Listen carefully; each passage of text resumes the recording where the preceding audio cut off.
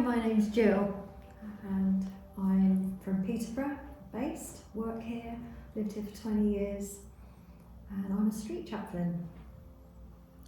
Hi, my name is Minister Shondra Harris. I was a minister in America. I live in Peterborough. I've been here for 3 years, and I'm a street chaplain.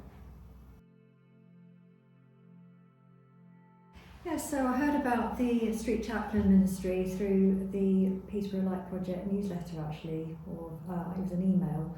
And I'm interested in the Light Project anyway, because I used to be a volunteer actually in the garden house before the lockdown. So when I saw this opportunity that they were looking for people to volunteer, I thought, yeah, I'd love to do that. So here I am. I heard about the Peterborough Light Project through my husband. We were at the cathedral in Peterborough and we were looking at art. And so I took the flyer for my husband, and because I was already doing ministry and we had moved from America, we were looking for something for me to get into. And so I prayed and I asked God that if this is for me, if it's good for me, then let it happen. If not, then I won't worry about it. And apparently it is for me, because here I am now at the Light Project. I did not know anything about the Light Project Peterborough before I started working with you guys. Yeah, I've been doing it for about a year now, all through the seasons, which is incredibly interesting. Just touching base with my city. And the thing is, it's like I used to be a consumer and I would walk through or rush through on some sort of shopping mission and never really saw my city.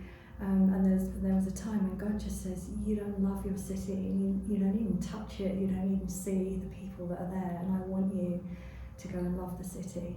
And so that was why I came. And I'm not going to say I wasn't nervous the first few times, because it might be counterintuitive to just go up to people you don't know, But after a while, you just feel like you belong, and you just have this generosity of spirit that just flows through you, and you can feel people receiving that. And now it just feels so easy. And I absolutely love it. Every time we go out, we come home just rejoicing, because we've touched lives, and love looks like something. It could be anything from a smile and a hug. We do lots of hugs. Words, sometimes we give gifts, we listen. It could be anything, but it's amazing. Love it. Yeah. How about you? So I started doing chaplaincy a year ago, and I don't know why I do it. I just know when I was younger, there was a girl in my church. She would always say, "You need to do street ministry," and I would go, "I don't think that's me. That's not me. I can't do that." And she would say it almost every Sunday. And it's funny now, because here I am doing exactly what she said. I guess she saw it in me. And honestly, I feel like if I wasn't doing this, I would be out of place, because it feels like something that I should be doing in the first place, despite her words. It's just me.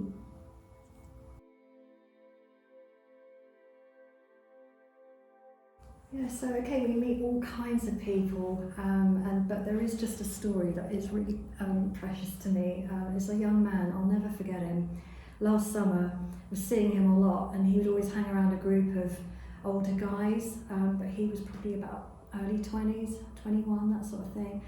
But he just sort of had this warm connection with me, and I remember just asking him about his family, and nearly everybody had died except a very old grandparent, and that's all he had left in this world. He was such an orphan, And I put my arms around him and I said, "I'm just going to be a mother to you for 5 minutes, is that all right?" And he held me, and we had that connection. And then for weeks afterwards, I would bump into him, and then he would run up to me and say, "Hi, Jill."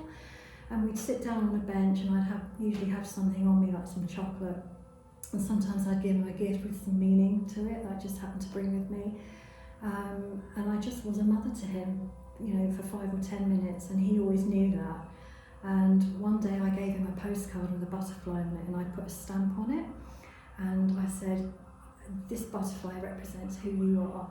You're in that chrysalis, but you're going to emerge, and you're this beautiful human being. So never forget that. And you need to write this card to someone to say sorry to them and tell them where you are." So he took that, and then he got arrested about a day or two later, and he's now in prison. But he'll come out.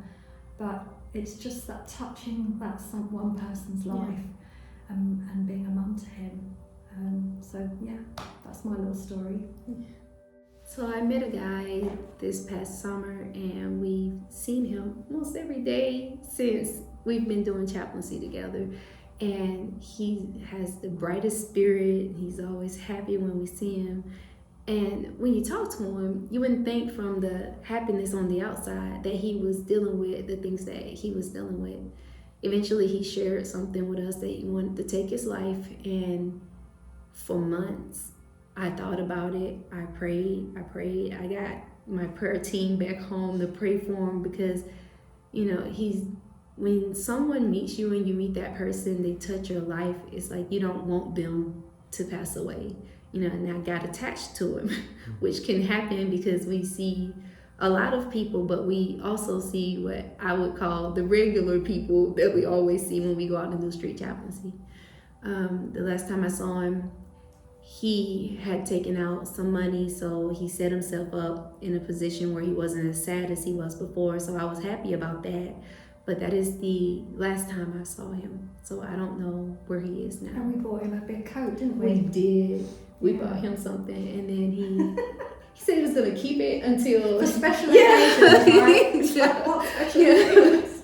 So we hope, and I'm praying that he's doing very well. Yeah.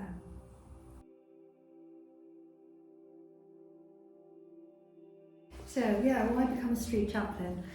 Well, I absolutely recommend it, because I think it is the best thing ever to just go and love your city and stop for the one, just stopping for that one person, and bring some meaning and dignity and value to their lives. It blesses me, and I always feel this is why I'm alive. And this brings meaning to my faith, because it's actually walking the steps of Jesus. Mm-hmm. It's different every time. It's funny, you get to see people, you get to hear their stories. People are amazing, they are interesting, diverse, they are warm and loving if you would just stop for them and actually show them that dignity and value and generosity. So I recommend it. I think we're all incomplete if we're not doing something like this in some context. So